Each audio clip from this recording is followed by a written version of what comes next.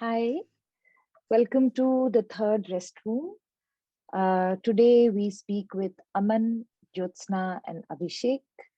The first two restrooms, the first one with Navtej and the second one with Neil and Bindu Malini, were around questions of rest and recovery.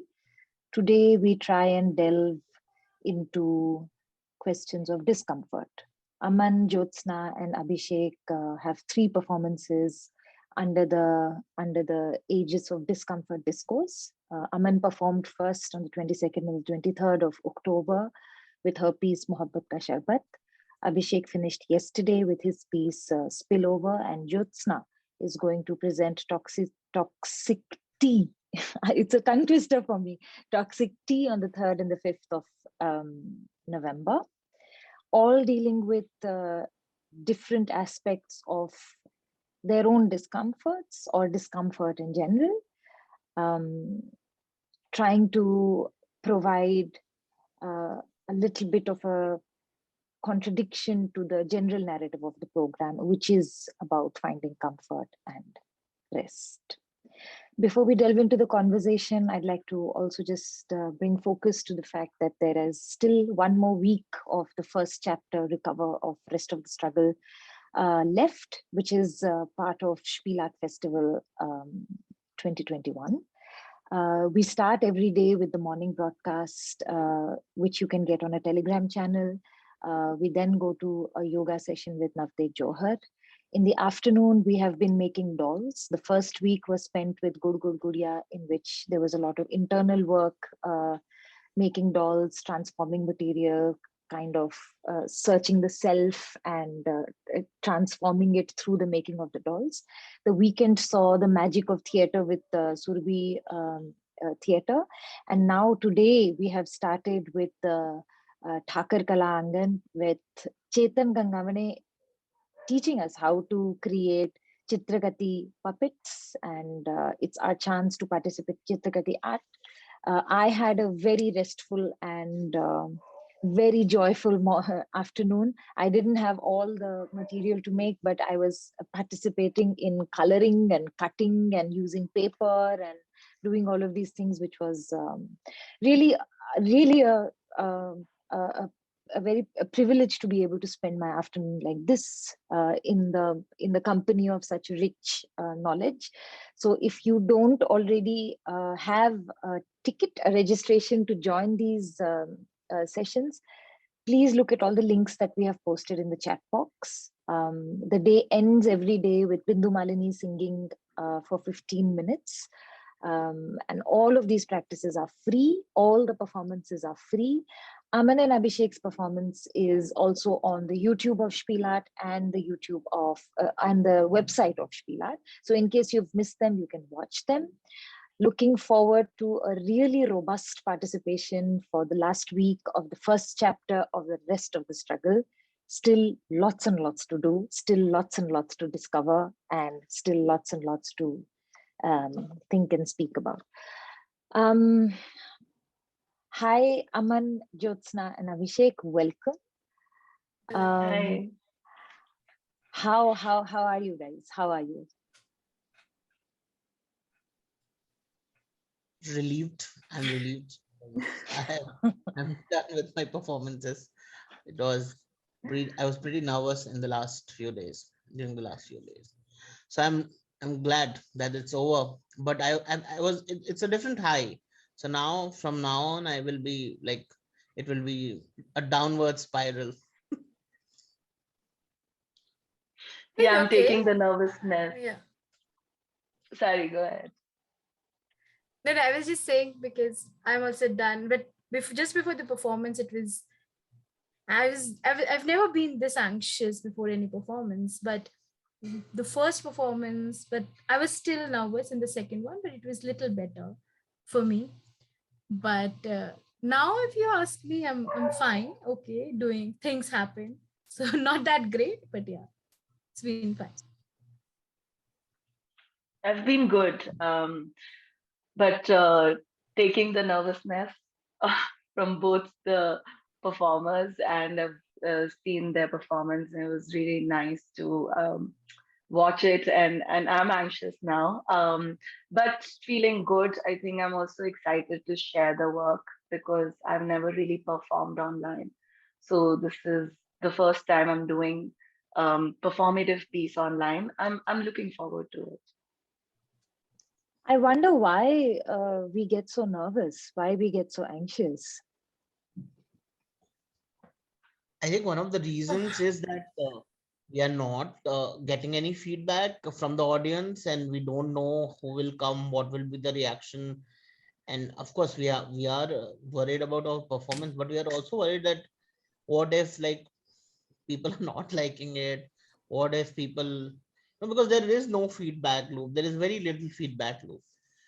So at the end of the performance only, and also because there is a huge disconnect. I think performing online is there's a, you don't feel as if you're like, there's a high which you get when you are amidst an audience, because there is that chatter which gets you going. That is completely absent. But yeah, I think that, and of course, it's we are living in the pandemic era. We are stuck. We are at home. I think all three of us are doing our first solo shows. So that is also Mm, like digitally at least. So mm. yeah, Not just digitally, for me, it was, I think I've never spoken about my vulnerabilities vis-a-vis my performance like that. Not just performance, I think you talk about things indirectly, but I think directly talking about vulnerabilities, making it as a piece of art, and you know, tell just performing it's a huge thing. And I did not know that I'll feel this way, but I felt it. So I won't say there's one reason that led to all that anxiety, panic, nervousness. I was awake the entire night. In my sleep, I was getting these, oh, this is, I could also talk about this, but also there was nothing, that could calm me down. Just constant, there was a struggle here that was happening. And because I also got to relive all of that again and again and again and again. Every time I was thinking, ki, oh, this happened, this also happened. So there was this thread that one thing led to another one thing.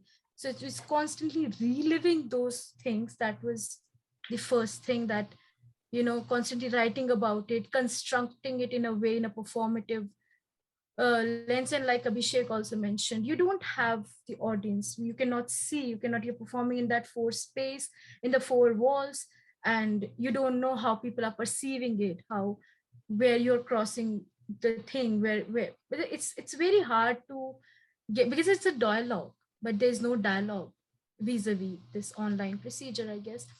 And this constant validation that an artist seeks, ki, am I being accepted or not? Is my performance piece okay or not? Will I do it, perform it well? Where am I lagging? So there is this constant hustle that goes on. And performing online has a lot of things: light, internet, so much technical goes on into it, which when we perform online, you have different people managing different things. Here it's just you. So I think, yeah, I felt responsible. I felt a lot of things, and everything collectively led to this feeling of anxious.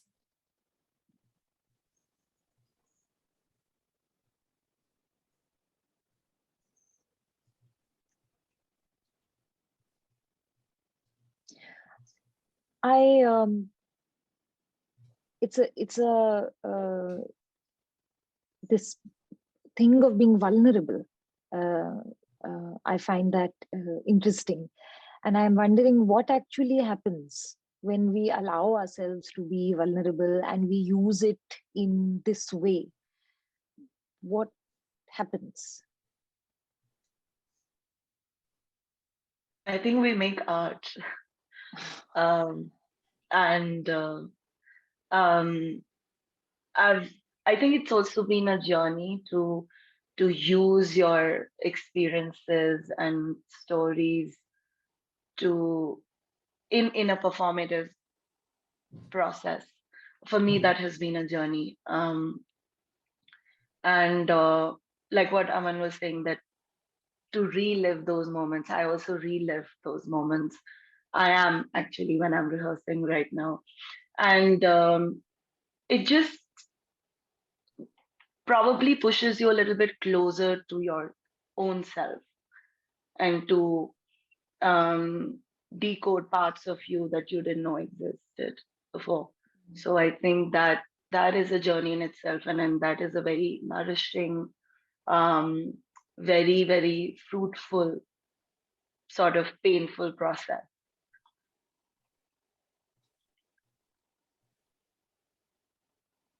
I think one of the things which it's a very, you are always in a precarious position when you are being vulnerable, because you never know how the person, especially if it's an open performance, you never know how the person is going to react.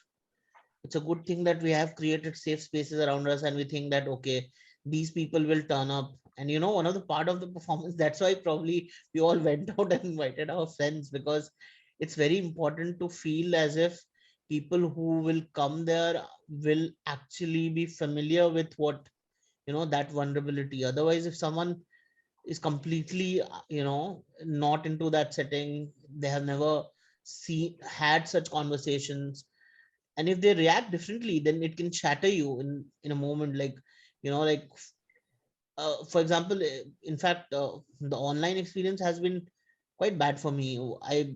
Whenever I've written pieces about, fatness or sexuality and things like that, and disability, and there have been twice or thrice I've been trolled viciously, like, um, and very bad incident, cyber abuse it was, kind of.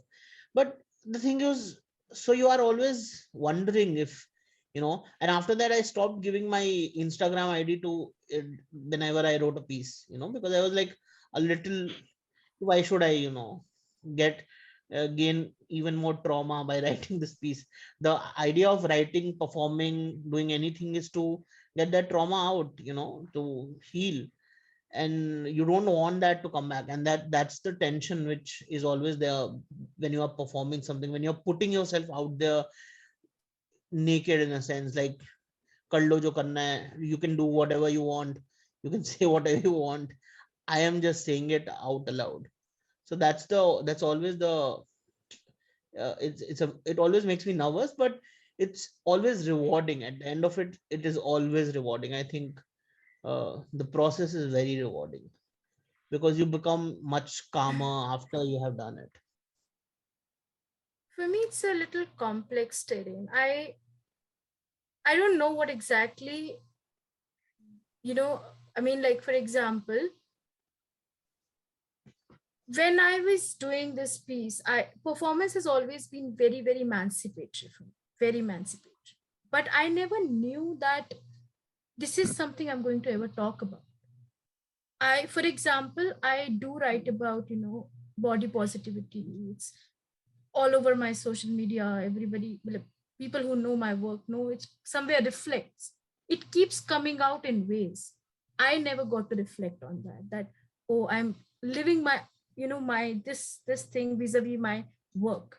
But I never got to know this about myself. So when this piece came, and this, this word discomfort disco, it it got here somewhere. I said, what exactly could I do with it?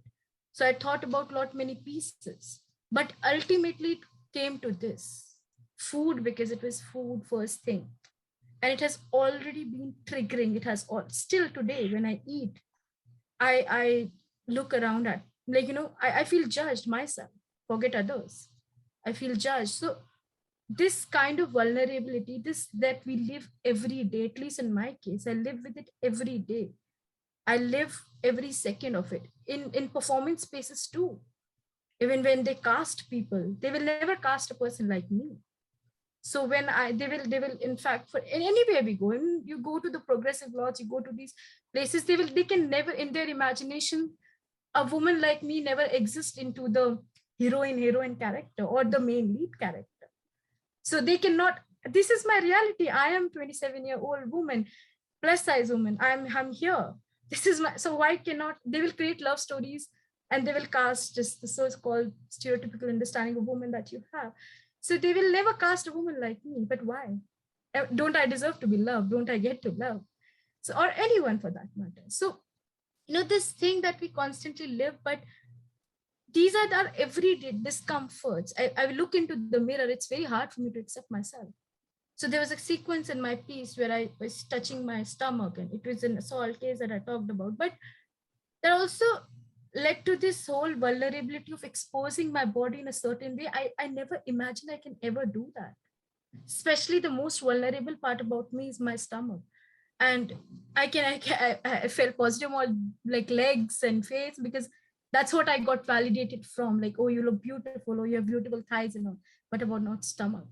So it was triggering. It was when I was touching it, I said, why can't I do that? Why can't I, but I did it. So if that's how it was emancipated, because it happened. And I wore a certain piece of cloth deliberately, and I challenged myself in that. And I mean, like Abhishek said, no, at the end of the day, it's a reward that you give to yourself. That I sat with myself, you look beautiful. So I think that worked for me in that way. But that does not mean that these struggles, they remain. They remain. Again, I'll get up tomorrow again. Someone you come say, oh, aap kuch karti kyun nahi? Why don't you work on it? So these are the things that will keep happening. So yeah.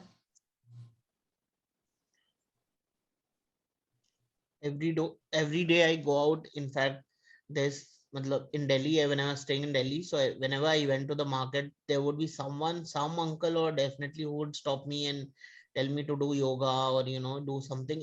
And it was really like, why do I step out of home? I can just order food. Why did I step out? Because when you step out, you always get this. And they have these ponchos. It's not like they are like some kind of a six-pack kind of people. They are like middle-aged uncle with ponchos, but they love to just like, they will tell you, you won't get married, you won't get this. And like, do you know anything about me? You don't know anything about me. Come up to me and preach me about my life. So this happens always. And as for acting, fat people in casting is also something amazing, like and I wasn't even an actor, but during my first play, I was given a burger to eat. Okay, I was given a burger to eat. That was my punchline. I made people laugh by eating a burger. And after that, I was given laddus to eat. So after that, I left because like if I had to eat to get laughs on the stage, because you're a fat man, that's what you do. So yeah, that is completely, that happens. But definitely, in fact, it's part of your life. You get up, it's part of disability, fatness, whatever. It's all part of it. There's nothing which is going away anyways. You get up and you go with. In fact, so for the past 2 weeks, I had UTI. I had urinary tract infection. It's called. I have a chronic illness, and so I'm performing, and there is a part where I'm peeing, but actually throughout the performance, my bladder is itching because I'm nervous and I have chronic UTI and I have UTI and I'm on antibiotics. So in fact, I stopped antibiotics 3 days ago. So what is discomfort? Discomfort is thinking that your performance will go wrong because of side effects of all the antibiotics you're taking. So I stopped it 3 days ago because I thought I won't do it on antibiotics. I'm going to stop it. And so I stopped it and now I can start again. So it's like, it's a negotiation which happens daily, and you just put a figment of that negotiation out there. And and of course, when you say it out aloud, it seems it is emancipatory, but it's also like you have been through a lot of shame to get to the emancipatory stage. Like there is, for example, wearing a diaper and now writing Superman. There are so many times I've been like embarrassed, but these days, people across gender call me and they ask me about diapers, and that is such a powerful thing, that other disabled people who are going through incontinence are calling me up and asking you, how do they work? Is it comfortable? Can I wear a jeans over it? Yeah, all of these things are such, because these conversations should be part of our spaces, especially uh, because it's not, and it's common, it's very common. I think if even able bodied, like there's not just, it's not just about disability. Even people who have Crohn's disease or any form of chronic illness uh, can have bad days, can have days where they are fearful of, you know, getting ashamed by people around them, you know. And so always there's the bodies, there is always this duplicity about it. There's always an internal thing going on in your body, but there's also the always the external thing, the gaze or how you are judged or what people tell you. So there is always this duplicity which, and that creates tension. It's not just the body, because you make, after a point, for example, you are touching your belly, you will make peace with it sooner than later. You have to, because you are living with it. You can't hate your body parts and live with it. It happens. Matlab, it's a process. But that gets complicated. That relationship gets complicated because the external is always that the people are coming in and telling you something, you know, and it's such a, and that creates a lot of trauma everyday life, in everyday life. Yeah. And there's also this acceptance, no, like for example, I'm good, like I work out and I love to, go to gym at times, and just, and people in my gym, they were in, like they were like, oh, you can do so much, look at her stamina, look at a body like her can do so much, so why can't anyone else do? So I can like split and all, so they were like, oh my god, they used to stand and actually look at me as if like I'm, ooh.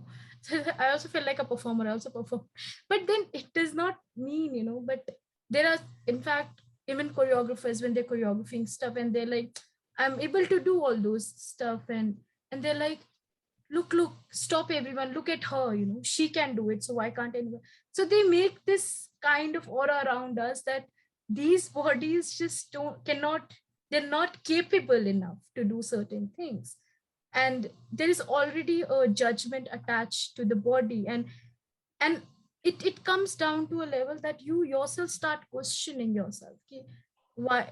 And even the rejections, then even if somebody may reject us due to various other levels, but that rejection comes down to these things only. Oh, because I'm like this, that's why. Oh, because I'm, so it's like these are the places, even when we talk, even if you look at those ads that come, they're like upmarket look fit, what is an upmarket look? Yeah, what do you mean by an up? So these kinds of things are very triggering on so many levels. So yeah. I find it interesting what Abhishek is talking about, especially about the managing of the UTI. It's almost like, because we are, even though we are laying ourselves bare and showing and being vulnerable, but even actually our vulnerabilities have to be managed to be able to be on stage, to be able to perform, to be able to, Yeah. because you have to frame it, you have to, so you have to manage your body and its difficulties and discomforts to be able to talk about the discomfort to begin with. And this is an interesting sort of contradiction. If I can just um, um, and also maybe specifically like pose this to Jyotsna, and then ask Aman and Abhishek to also chime in. Is the online a space of discomfort, or is it a place of comfort, or is it a place of both? How do you access this space, and what do you think about this hyper digitalism? I think for me, it comes and goes. Mostly, it is a space of discomfort because I see a lot of performance happening on social media. I see a lot of performative politics happening on social media. People are always saying the right things, they're always being politically correct or positioning themselves in some way which is palatable, which is easy to consume, and there is no conflict. So it gives you the sort of picture that online spaces में कुछ conflict नहीं होता है. And but the reality of the online space is obviously absolutely opposite. You see conflict happening all the time. Your The whole cancel culture that I keep talking about. It's very easy to cancel people, very easy to point out things without knowing the context, time, space, without knowing the intensity of situations. So I find it extremely difficult to navigate that space. Um, and I think what I really find it difficult is that I can't fail. I cannot make mistake. I always have to be right online. And the moment I say something which is discomforting to other people, I get DMs where like strangers or people I don't even know telling me about my own work, about what should be my politics, about where I should stand, what I should do, or whether I mean, in a way, questioning what I'm saying. And of course, there has to be a space for dialogue, and there has to be that space. Um, but to tell someone about their work is not a space of, especially like unsolicited.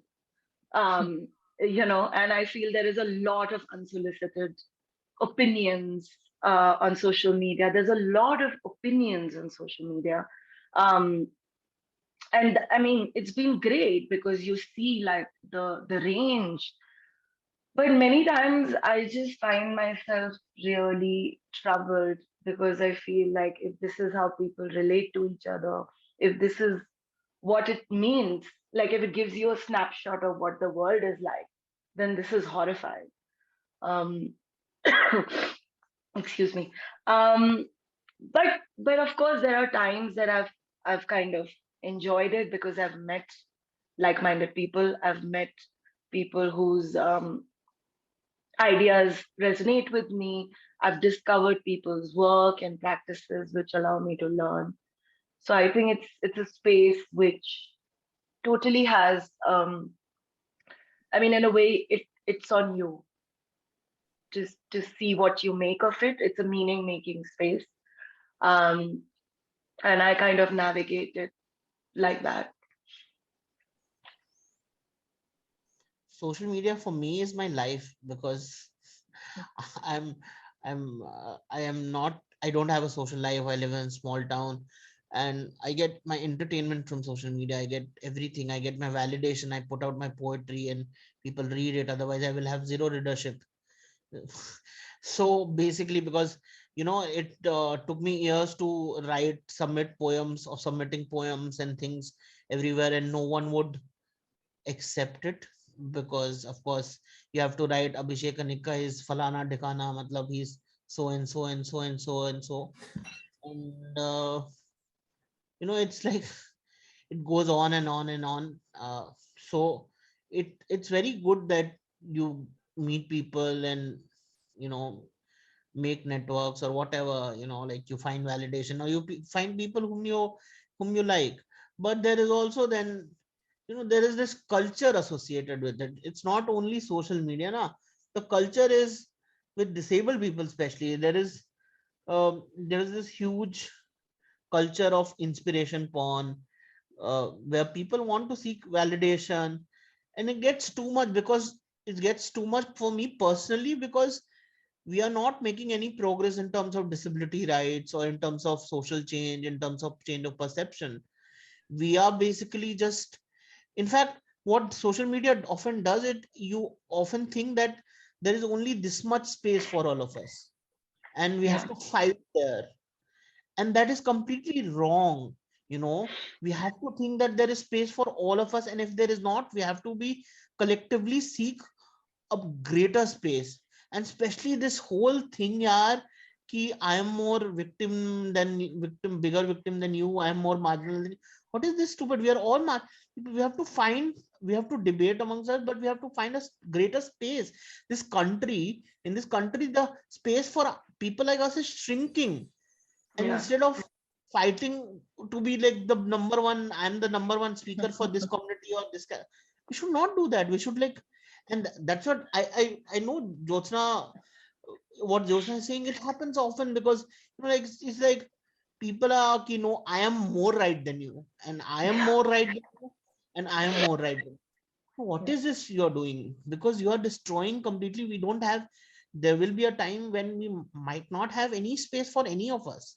So instead Yeah. of doing all this, and social media is very toxic because the the uh, entire thing is like that. If you watch some videos, you will only get a particular kind of videos on your feed. If you watch one kind of post, you will only get particular kinds of posts.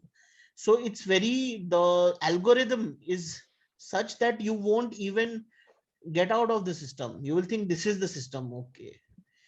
And Now it's all now it's all meta. So now God alone knows oh, what that's hole we are all getting chucked into vis-a-vis digital and discomfort. And it's an interesting thing you say. A friend of ours, this thing about who is more victim, a friend of ours calls it oppression Olympics. That who is winning, who is getting the gold medal in Operation Olympics, which I do think can be detrimental and counterproductive as opposed I to also uh, yeah, I yeah, also Jyotsna. feel like you're only an oppressed. Like I feel like you are oppressed only if you're on social media. I mean, there's so Yeah, many people in this country who live with absolutely nothing, and their lives are so precarious, and they have nothing. But if they're not on social media, they're not oppressed. exactly. People don't yeah, even know who they are. Their yeah, People forget existence, about their them. identity doesn't even matter. yeah. I think the question of access is a big one when it comes to the digital. And it's Yeah. funnily, we are a digital in a physical festival, and there are not the same but similar questions of access that are in my head coming up here also. On the one hand, we are here because of our own access to internet, to education, to books, to this, to that, to all the things that we have. And then there is a disconnect with it's meta, huh? There's a disconnect with where we are because we are not physically there, and so it's a strange sort of khichdi that is there in all of this. Mhm.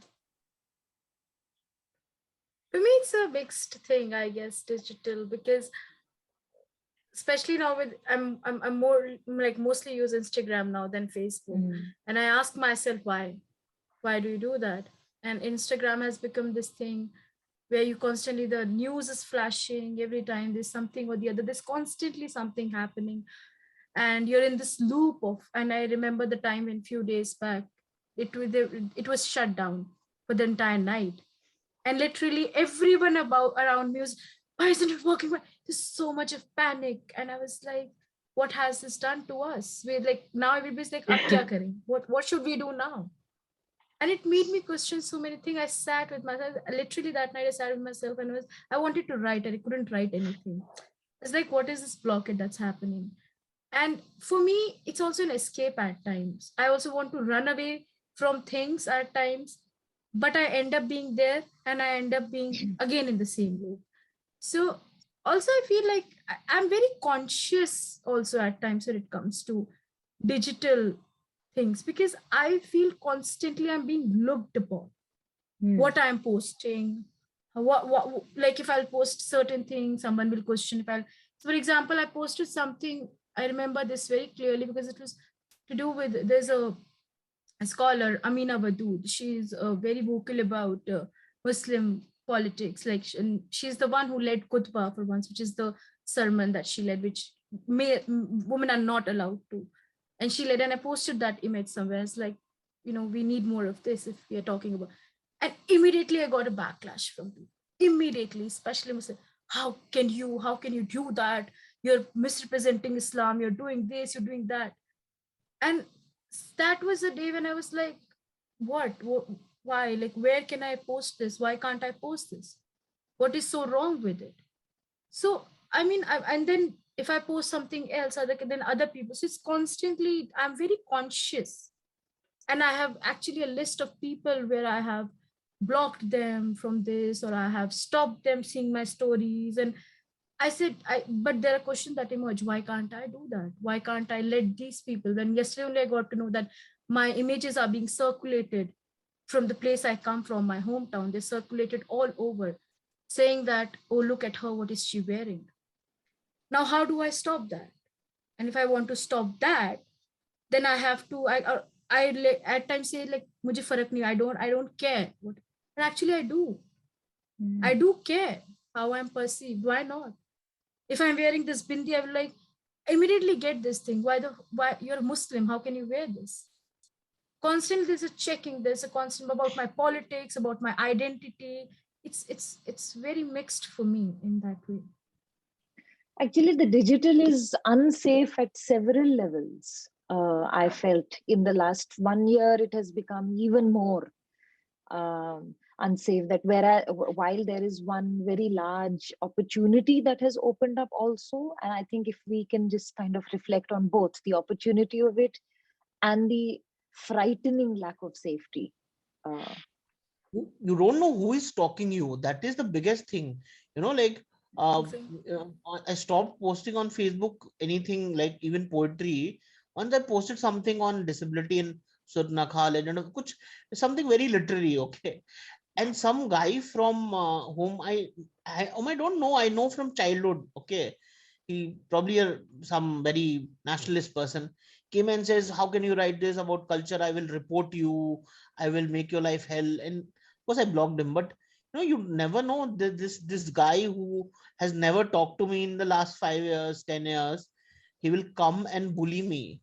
And you will be bullied because what else would you do? You would blocking someone is getting bullied in some ways because you want your peace of mind.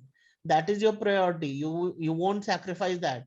But that happens so much on, like, in metaverse. It's like everyone is stalking you, and like all my, if I'm talking to someone and they say, oh but we follow all your work, but I don't see like ever you ever interacting with me.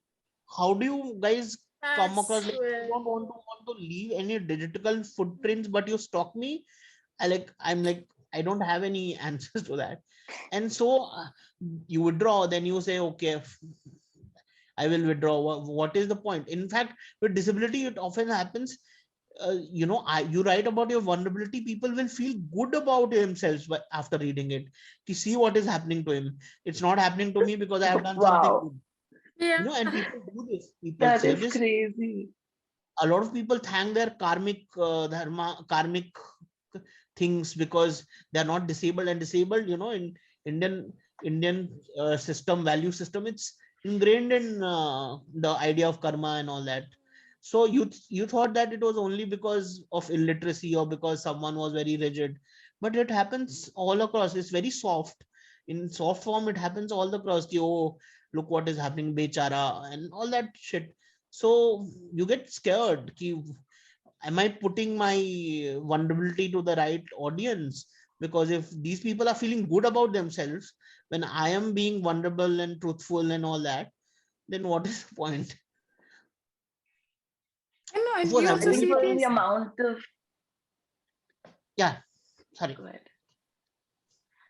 I was just saying the amount of times I have been, like it happens on Twitter a lot because I post uh, quite a few opinions there. So it happens where people will say shit to you or will, like, there's been so many times. So I called out somebody's work few years ago, and she's a men's rights activist, and for 3 years I was getting death threats, I was getting rape threats, I was getting like all kinds of threats in my Facebook inbox. And I mean, there's also this thing that, especially about like, being a Dalit woman. It's like, how are you this way? You're supposed to be in a particular way. How can you speak English, or how can you? Why do you? Everything is up for questions. Like, why do you eat good food? Why do you dress up nicely? Why do you have friends?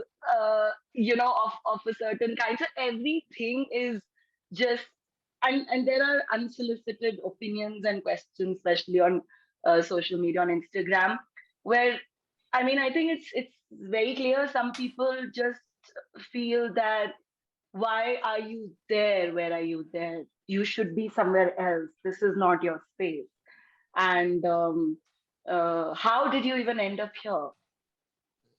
Because somebody like me, if I was in UP, either I would have been murdered already, or I would have been killed, or whatever. Because I mean, there is this very much reality of circumstances about where you are situated, where you're born. Somebody somebody who's of my age who's probably have two children, in any other part of the city, and being I mean, I keep telling my upper caste friends that if we were in some place in Rajasthan or UP, like हमारी तो भी बात भी नहीं हो रही होती, you would have been like, oh, don't even step into my house, or things like that. And this is very much real. It's and somehow social media makes you forget that. You feel हाँ हम सभी एक जैसे, हम सभी marginalized हैं, हम सभी oppressed हैं, and nobody talks about the intersectionality of things. I mean, yes, we are all, some of us are marginalized, some of us are more marginalized than the others, some of us are battling more than one kind of oppressions or identities. So there are too many things, and it's not, and in all of this, there is something called a human emotion, which we all experience.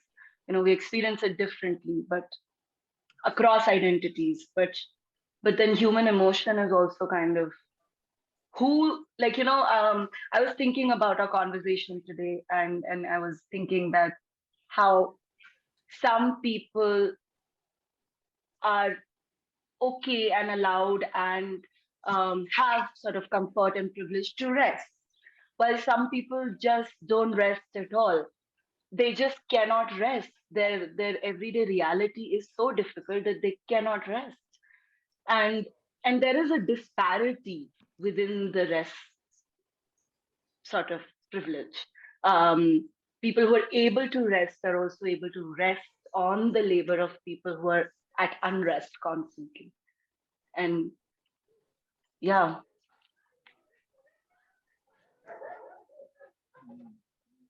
This comes into sharp relief in our doll making sessions, actually, because we are working with three so completely different entities.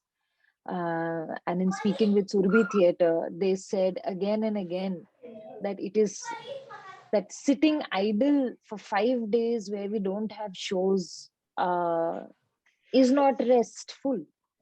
That reality does not allow for that kind of rest. There needs to be work. And they say something beautiful, actually, because they talk about practice. And they are kind of in how they are speaking, they are also moving past just their situational reality and how they live and all of that. Actually, they speak about the fact that it is their practice that they love, and it is in the doing of the practice, it is in the completion of the practice, the task of it, that the rest actually comes. So rest is not necessarily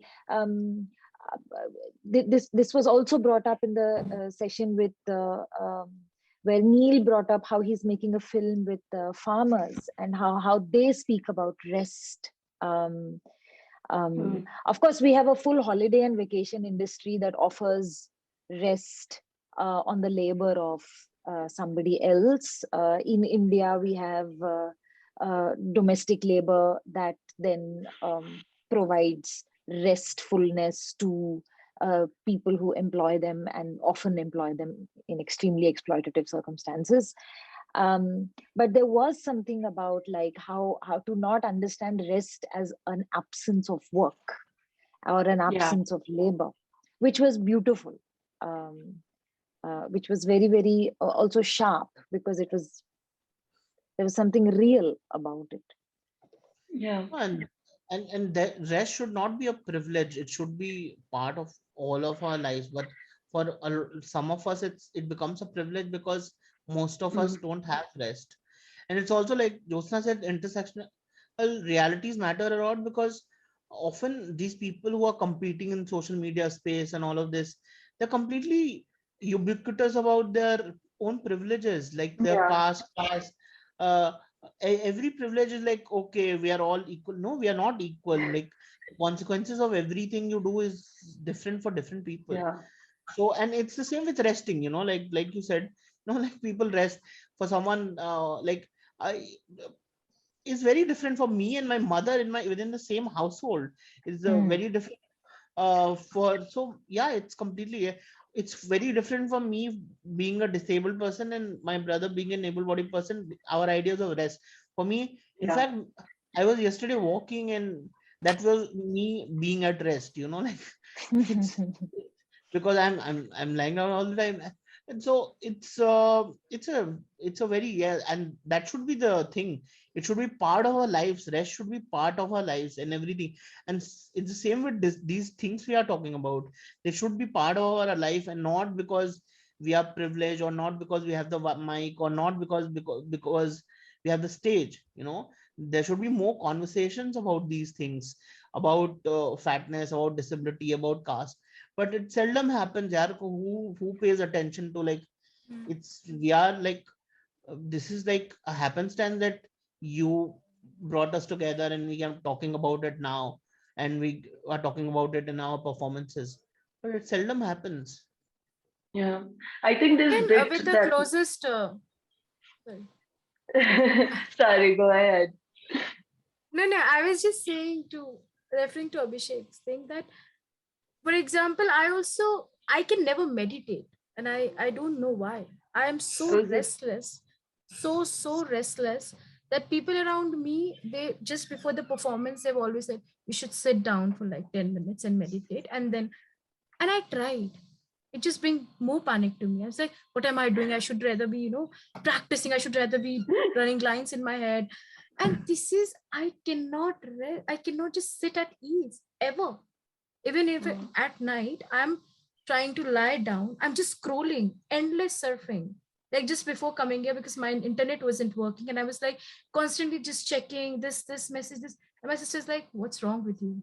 Because she knows now, and said, "What is troubling you?" I said, "I don't know." I was just scrolling, and it was nothing. I don't know what I was looking at, but I was doing that, and I was just constantly. So this thing that where you cannot, and I realized that before performance I cannot sit and meditate, I cannot go into that dhyan, I cannot. I can rather do some movement, I can rather just listen to music, that works for me. Go listen to music or just run my lines. I need to be pepped up before the performance. If I rest, my energy just drops. So that is something. And as soon as the performance is done, and I'm like, now I can sit and have chai, or I can do something. And this is something that keeps happening with me, and I need to figure out, is something really wrong with me that I cannot meditate. So I've started to question my, this always this fidgetiness, there's something going on with me. So I don't know why. So yeah, yeah. just Actually, I think this meditation is bit, very difficult. yeah, and this bit that you were saying, Malika, and also like, there is often we are told that there is a particular way of resting, and there is Yeah. a distinction between rest and work. I mean, and that's the problem because you're like, अच्छा आपने काम कर लिया अब आप जाके rest करो. Or just this western idea of working from Monday to Friday, and then Saturday Sunday and then you work hard, you play hard, and kind of a thing.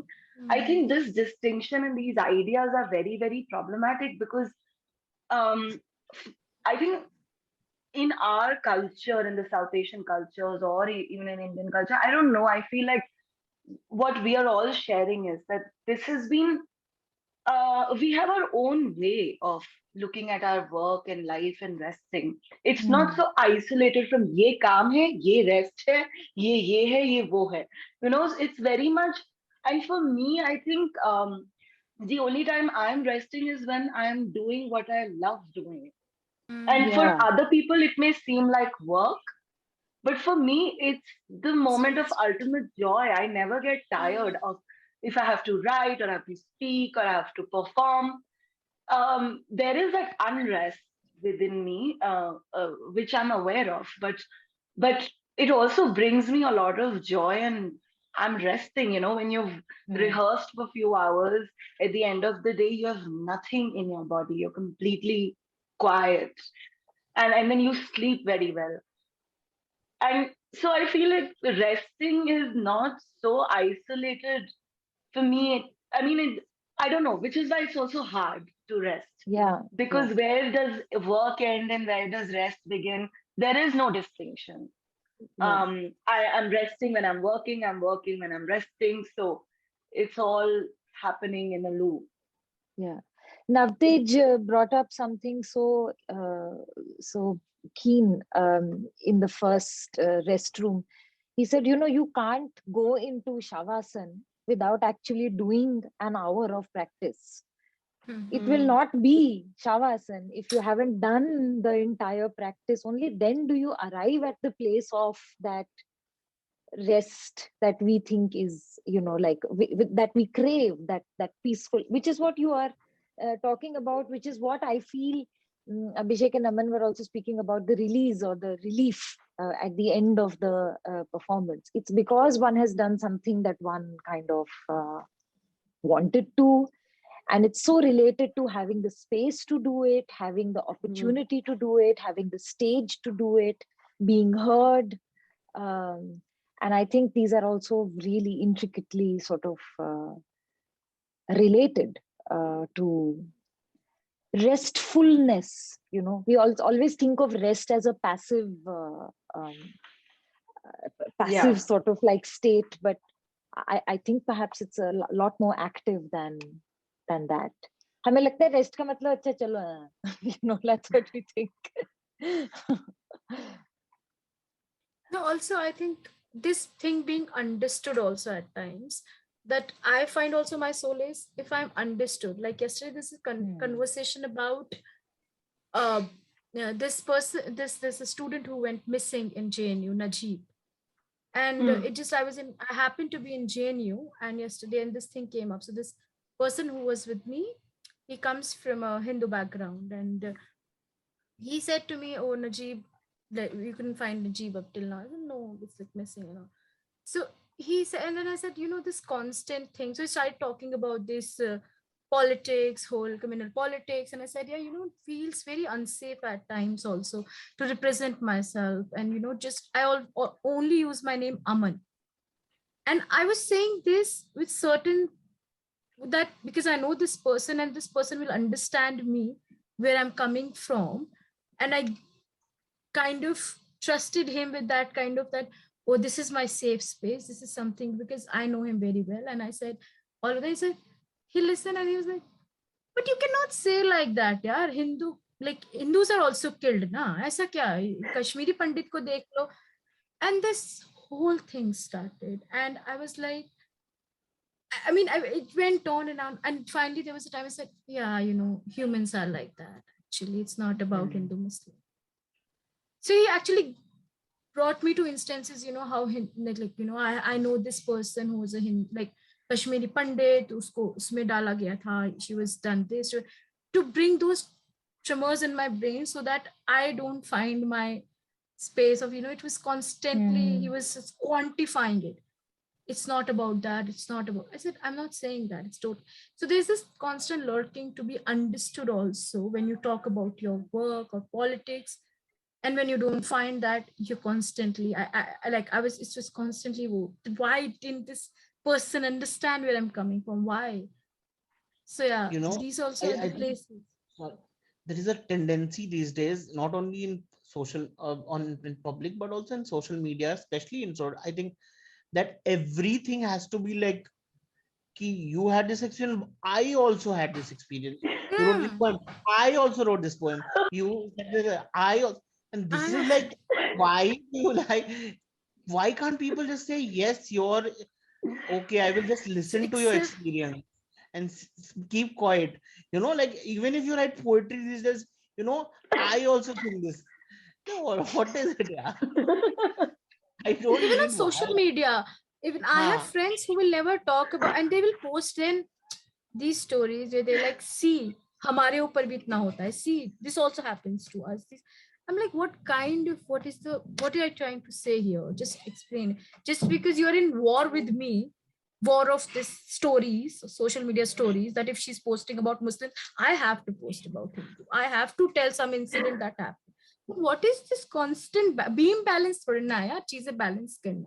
See, this thing also, it's so troublesome, no? That you go there to you thinking that this will, but it just leads to another battle altogether, and then you're like, And it's oh It, god. so. In fact, when I said victimhood complex, it's not about just within our people who are very aware. It's also about general populace. Yeah, In America, yeah. for example, the whites, the Caucasians are saying ki they are victims of, Yeah, and yeah. in India, Hindus are saying they are victims of. So this is like larger meta narrative of like people who are in majority, people who have power, people have like they they're saying no, we are also victims, and no, we are also our, like as if history is not written by someone else and not by them or their deeds or the ancestors. It's amazing. The kind of numbing arguments these are, like, yeah, I It's like also. Ananya Pandey Ha. saying, "Na, my father didn't go to coffee with Karan." So that's the struggle he had. He couldn't go to coffee with Karan. It's yeah. also like Unfortunately, some. she also believes that very the Huh? Yeah. heartbreaking part about listening to her was that she truly did believe what she was saying, like it was truly the truth for her. It feels to me like unplugging from the digital is actually a space of a strategy for um, restfulness. Ironically, we are having our entire uh, uh, existence on the digital right now. We are at time now. So to wrap it up, I think I just want to ask one last question, and if each one of you could reflect on it or tell us, how is it that you find rest?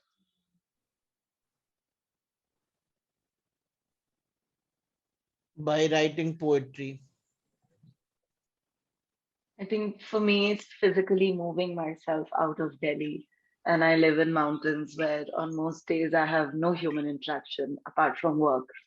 And I feel very close. I live in middle of nature. And I think for me, that's been a learning that for me, that has to be my life going forward. And going to cities has to be one of those things. Okay, you go to a city and you come back, sort of a thing. And I think just kind of going closer to the nature. And I know a lot of people say this, but and without sounding it a cliche, I really feel it's important to go back to our roots in all ways. And I'm trying to do that.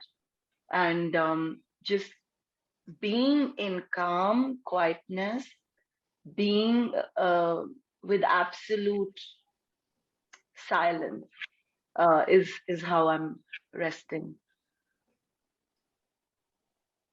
For me, like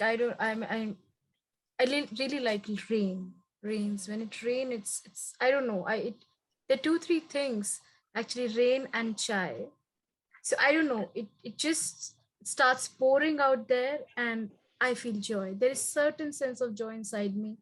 I don't know, there is this, it's always been there. I'm in a very dark space of life. I'm struggling inside. As soon as I see the weather changing, I say it's about to rain, and I feel joyous. There is something that goes, I look at the clouds and just want to sit there and just feel those droplets on my, it sounds very poetical, very stupid, but it is my solace. And the other times are when I've worked really hard the entire day, and I think I deserve that. I just want to go back into my space, take a hot shower, lie in my space, and just be with myself, and maybe watch something really nice or something. And of course, chai. And if it's raining, it's and music. These are my go-to spaces of the very basics of it, because I think I struggled to get all of that all my life. And to have that space to my own self, to have that one room, I struggle for that every day, because I've been constantly here, there. So to go back to my own space, that's where my rest lies. So, and also if I fit in a good dress. So I got a dress and I'm like, Kya yeah, baat hai? yeah. Aman was It's not at speaking all about stupid. chai, and I was thinking, toxic chai to shayad nahi peeli. We are brewing that. We are plugging in for Jyotsna's performance on the Yeah, 10th. Yes, yes. Yeah. subtly. Thank you, Abhishek, Aman, and Jyotsna. This has been a really wonderful conversation. It's been fun listening and chatting and exchanging ideas. Um, for those of us who have joined us to listen, thank you all for joining. Please tell your friends about Jyotsna's upcoming performance on the 3rd and the 5th of November, Toxic Tea. And Abhishek and Aman, who have already performed, their performances are available online on the Spielat website, on Spielat YouTube. Please go there and watch. Join the various offerings that are on offer in Recover, which is the first chapter of Rest of the Struggle, which is unfolding at Spielat. Thank you again. A copy of this conversation is also going to be online. So for anybody who wants to share it, revisit it, it'll be available. So thank you, everyone. Bindu Malini is going to start singing in about 30 minutes. We hope you join and you listen. And looking forward to the rest of the week that will bring lots of moments of recovery for us. So good night, everyone, and see you soon.